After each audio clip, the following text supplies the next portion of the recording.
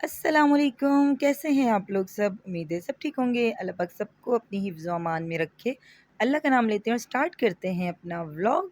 और ये व्लॉग मेरा स्टार्ट हो रहा है 14 अगस्त से, क्योंकि ज़ाहिर है 14 अगस्त वाले दिन मैंने रिकॉर्ड किया है, तो ये आज मैं डाल रही हूँ। और जी, बच्चों की सुबह सवेरे की ये तैयारी थी और ये टाइम था जी, सुबह का 7 बज रहे थे, क्योंकि 8 बजे तक जो है ना बच्चों को जाना था। तो सुबह सवेरे बच्चों की एक तो एक्साइटमेंट भी थी, इतना जल्दी उन्होंने मुझे उठा के रख दिया था। मतलब हेयर स्टाइलिंग में और इन चीज़ों में लगा दिए थे कि नहीं मम्मा ये टाइम से करो, क्योंकि पार्टिसिपेंट भी किया हुआ था बच्चों ने, तो फिर उन्होंने टाइम से पहुंचना था। और बस जी, ये बच्चों की खुशियाँ होती हैं और अच्छा है, बच्चों को पता चलता है इस दिन का, उनको नॉलेज होती है। और स्कूल में भी काफ़ी चीज़ें बताते हैं। और बस बच्चों की ये तैयारी हो रही थी, सुबह ही सुबह ये हेयर स्टाइल बना रही थी। तो ये मैंने अपनी बेटी को कहा है, मैं अपनी तरफ से कोशिश कर रही थी कि मैं आपको हेयर स्टाइल दिखा सकूं, जो बनाने का तरीका था, बट वो पता नहीं उल्टा सीधा कैमरा पकड़ रही थी, कभी किधर को कभी किधर को। तो मुझे ऐसा लगता है हेयर स्टाइल की शायद सही से वीडियो नहीं बन सकी है।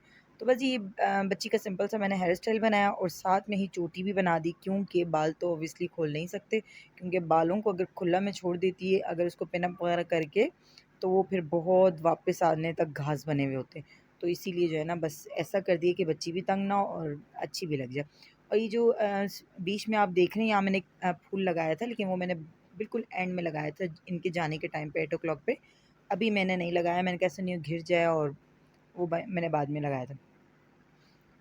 अच्छा, छोटी बेटी को हेयर स्टाइलिंग का कहा हुआ था, इसीलिए मैंने उसका हेयर स्टाइल बनाया। और ये बड़ी बेटी है, तो इसको बिल्कुल भी नहीं कहा हुआ था, इसको सिर्फ कहा था आपने हाइपो नहीं करनी है।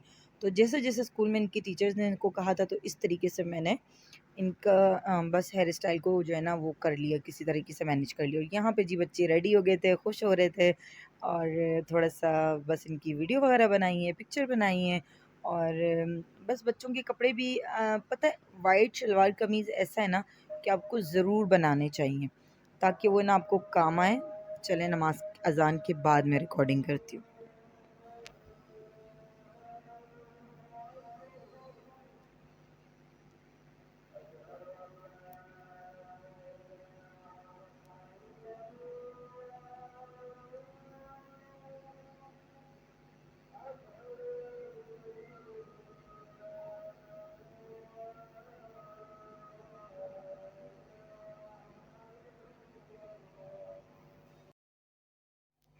और बच्चों को भेजने के बाद और बच्चों की वापसी तक ये टाइम हो गया था, आई थिंक 11 बज रहे थे सुबह के। तो हम लोगों ने नाश्ता लेट किया था, क्योंकि सुबह सवेरे बच्चे भी नाश्ता नहीं कर रहे थे और बच्चों ने भी जल्दी आ जाना था। तो इसीलिए फिर हम लोगों ने बच्चों की वापसी पे जो है ना फिर नाश्ता हम लोगों ने किया था, और काफ़ी हैवी नाश्ता था। तो ये 11 बजे का टाइम था, और इस टाइम पे जो है ना हम लोग नाश्ता कर रहे थे, बच्चे भी आ गए थे, चेंज भी कर लिया था, फ्रेश भी हो गए थे। और उसके बाद जी हम लोगों ने नाश्ता अपना किया।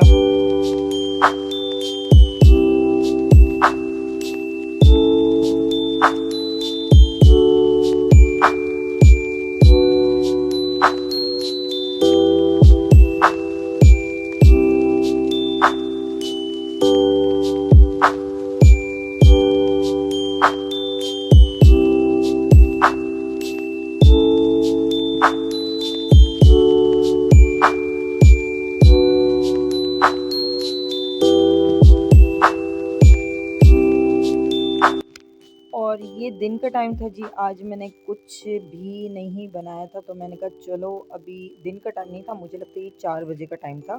तो इस टाइम पे बच्चों को भूख लग गई थी, तो मैंने कहा चलो फटाफट मैं बनाती हूँ। वैसे तो मेरा बड़ा क्विक वाला जो है ना वो बनते हैं आलू। तो आज मैंने कहा चलें ये मैं बनाती हूँ प्याज टमाटर, इतना मज़े का बनता है ना, आप यकीन करें, आप ज़रूर ट्राई कीजिएगा।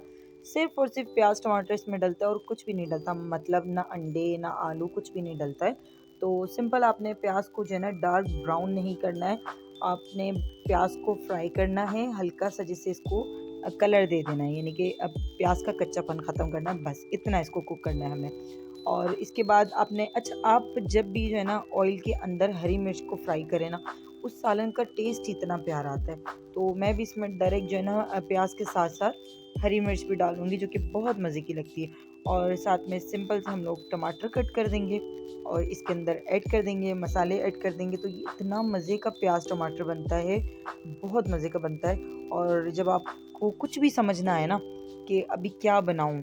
और तो फिर मैं अक्सर जो है ना इस टाइप की चीज़ें बना लेती हूँ, या तो अंडा टमाटर बना लेती हूँ, या फिर ये प्याज़ टमाटर बना लेती हूँ, या फिर आलू फ्राई कर लेती हूँ। ये 3 चीज़ें तो ऐसी हैं, बिल्कुल भी इसमें टाइम नहीं लगता है।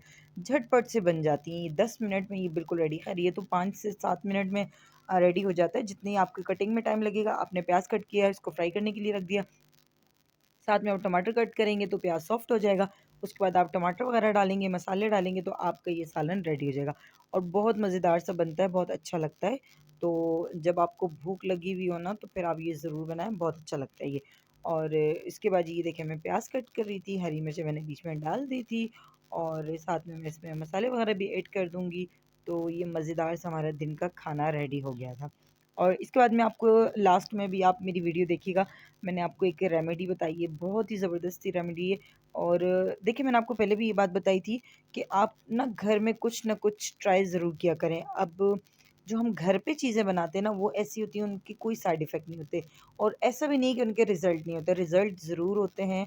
और वो क्लींजिंग का काम करते हैं, आपकी स्किन से मेल ख़त्म करते हैं, आपकी स्किन को फ्रेश रखते हैं और आपकी स्किन पे एक्नीज़ वगैरह नहीं आने देते। अगर आप सही सी रेमेडी कोई भी अपनी स्किन के अकॉर्डिंग यूज़ करते हैं, तो आपको जो है ना बेनिफिट ज़रूर मिलते हैं। तो ट्राई किया करें, कुछ ना कुछ अप्लाई किया करें अपनी स्किन पे, घर की चीज़ें, मतलब मैं मेडिकेटेड की बात नहीं कर रही हूँ, क्रीम्स वगैरह की बात नहीं कर रही हूँ। घर की चीज़ों को आप ज़रूर अप्लाई किया करें, ज़रूर ट्राई किया करें। अगर आप 2 दिन एक चीज़ को ट्राई कर रहे हैं, तो तीसरे दिन आप अलग चीज़ को ट्राई करें, फिर 2 दिन अलग करें, फिर 2, इस तरीके से करके एक तो आपको रिज़ल्ट भी अच्छा मिलता है और आपकी स्किन की क्लींजिंग भी होती है। तो इस तरीके की रेमेडी को ज़रूर ट्राई कीजिएगा और आप लास्ट में देखना, मैं आपको बताऊँगी, फुल तरीका बताऊँगी कि मैंने क्या-क्या ऐड किया है और किस-किस चीज़ में मिक्स किया है, तो वो सब आपको बताऊँगी मैं। और ये वो सब चीज़ें हैं जो मैंने सीखी हैं और फिर मैं खुद अप्लाई करती हूँ काफ़ी टाइम से, यानी कि काफ़ी टाइम में आता है 3 से 4 साल। तो इन 3-4 सालों में मैंने जो-जो आपको, मैं कुछ-कुछ ही हैं, ज़्यादा नहीं है, जो-जो चीज़ें आपको बताऊँगी, वो सब वो चीज़ें होती हैं जो जिनका वाक़ई में रिज़ल्ट होता है। कोई इसके साइड इफ़ेक्ट नहीं होते, क्योंकि घर के किचन के अंदर से हम चीज़ें ले रहे होते हैं, उठा रहे होते हैं, तो वो चीज़ें ज़्यादा रिज़ल्ट देती हैं। अच्छा, मैं डॉक्टर्स के पास भी गई हूँ, अपने डर्मेटोलॉजिस्ट के पास भी गई हूँ। मुझे ऐसा लगता है उनकी क्रीम्स, उनके जितने भी हम जो फ़ॉर्मूलाज़ यूज़ करते हैं ना, तो उनका भी रिज़ल्ट होता है, लेकिन वो तब तक होता है जब तक आप वो क्रीम्स, महँगी-महँगी क्रीमें हो गई और सब उनके टाइप की जो वो मेडिकेटेड लिकर देते हैं ना, तो जब तक आप वो लेते रहोगे ना, तब तक तो आपकी स्किन बहुत हेल्दी और बहुत अच्छी रहेगी। लेकिन जैसे ही आप उन चीज़ों को छोड़ते हैं ना, तो फिर वो दोबारा से जो है ना, आपकी स्किन भी ख़राब होने लगती है, बाल, आपके नेल्स वग़ैरह सब चीज़ें जो है ना, वो ख़राब होने लगती है। तो फिर ऐसा हम काम करें जो एक तो हमारी बजट में भी हो और दूसरा हम किचन के अंदर रहकर ही करें, तो वो ज़्यादा इम्पोर्टेंट है, मुझे ऐसा लगता है। क्योंकि आपकी जेब भी कभी-कभी इजाज़त नहीं देती है कि आप जो है ना महँगी से महँगी क्रीम्स ले लें, क्योंकि हम जो नॉर्मल रूटीन में भी कुछ चीज़ें अप्लाई कर रहे होते हैं, वो भी काफ़ी एक्सपेंसिव होती हैं, जैसे सन ब्लॉक हो गया, फेस वॉश हो गया, इस टाइप की चीज़ें हो गई, मॉइस्चराइज़र हो गया, तो ये भी सस्ते नहीं होते ना, ज़ाहिर है ये भी हमारा, अगर हर महीने का हम अपने बजट लेकर आएँ, तो 3-4 हज़ार रुपए इस पे भी आराम से लग जाता है। अब उसमें हम अपनी स्किन की बाहर की चीज़ें और ऐड कर देंगे, तो वो काफ़ी एक्सपेंसिव हो जाती है। हाँ, अगर आपकी स्किन को बहुत ज़्यादा नीड है, तो आप ज़रूर जाएँ, दिखाएँ और फिर वो सब चीज़ें करें। लेकिन अगर मुझे ऐसा लगता है, अगर आप घर की चीज़ें यूज़ करेंगे, तो हो सकता है आपकी स्किन इतनी ज़्यादा ख़राब ही ना हो। और चलें जी, आ जाते हैं अपनी रेसिपी की तरफ, रेमेडी को छोड़ के। प्याज़ देखा है आपने, कच्चा-पक्का मैंने किया है, सिर्फ़ इसको कुक किया है और इसके अंदर टमाटर ऐड कर दिए हैं, मिर्चें भी ऐड की हैं, हरी मिर्च, और सिंपल सा आपने इसके अंदर मसाले डाल देने हैं। आपके पास लाल मिर्च है, आप वो डाल दें, कुटी हुई मिर्च है, वो डाल दें, दोनों में से कोई भी एक चीज़ डाल दें, नमक डाल दें और उसके बाद हल्दी डाल दें और ज़ीरा डाल दें और धनिया डाल दें, पीछे बचा ही गया है। सारे मसाले डाल दें, सिर्फ़ गरम मसाला आपने नहीं ऐड करना है, क्योंकि गरम मसाले की वज़ह से इसकी पूरी जो है ना, इसका कलर, उसकी शक्ल चेंज हो जाएगी, ब्लैक हो जाएगी, तो इसीलिए आपने गरम मसाला बिल्कुल भी ऐड नहीं करना है। बस ये चीज़ें आपने डाल देनी। अब मैंने टमाटर डाले हैं, उसको मैं थोड़ी-सी देर के लिए ढक दूँगी और 10 मिनट नहीं, 10 मिनट तो बहुत ज़्यादा है, मुझे लगता है 3-4 मिनट मैंने इसको ढक के रखा था और दोबारा मैंने उठाया। अच्छा, मैं ये जो नया फ्राई पैन लेकर आई हूँ ना, इसका कोई कैप नहीं है, इसके साइज़ का कैप आता ही नहीं है, सारे मेरे छोटे वाले फ्राई पैन हैं ना, उनके कैप हैं, तो वो फिक्स आ जाते हैं। ये बड़ी मुश्किल से जो है ना, इसके ऊपर रखने भी होता है और उठाने भी बड़ी मुश्किल से होता है। 3 से 4 मिनट आई थिंक गुज़रे थे और ये इसके बाद देखिए, अब मैं इसको जो है ना, कटाकट करके ना, ऐसे करके आपने इसमें चम्मच चलाना है और बस इसको बहुत ज़्यादा अपने मलेदा नहीं बनाना है, बहुत ज़्यादा नहीं हमने भूनना है कि टमाटर को बिल्कुल मलेदा बना देना है या इसका पेस्ट बनाना है, नहीं। बस आपने हल्का-फुल्का इसको आपने मिक्स करना है ताकि प्याज़ और टमाटर नज़र आएँ, और बस इसको इस तरीके से आपने दबा देने हैं ताकि जब हम बाइट बनाएँ, हमारी बाइट में जो है ना बहुत साबुत-साबुत टमाटर नहीं आए। तो बहुत ही मज़े का ये बनता है, और बस सिंपल से ये मैंने आज दिन का खाना बना लिया था।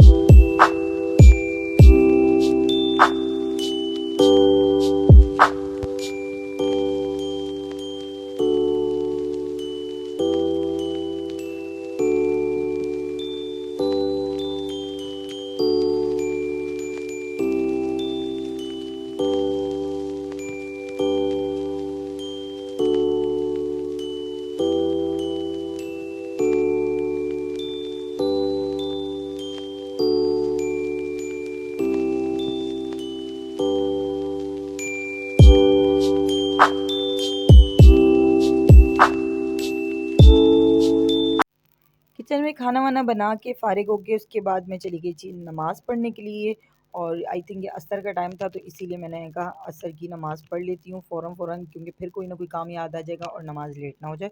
तो सबसे पहले नमाज़, फिर बाकी काम। और नमाज़ दिखाने का मकसद भी यही होता है कि मैं बाकी अपनी छोटी-छोटी चीज़ें आपसे शेयर कर रही होती हूँ, दिखा रही होती हूँ, तो नमाज़ भी सिर्फ़ इसलिए दिखाती हूँ, ये दिखावा नहीं है।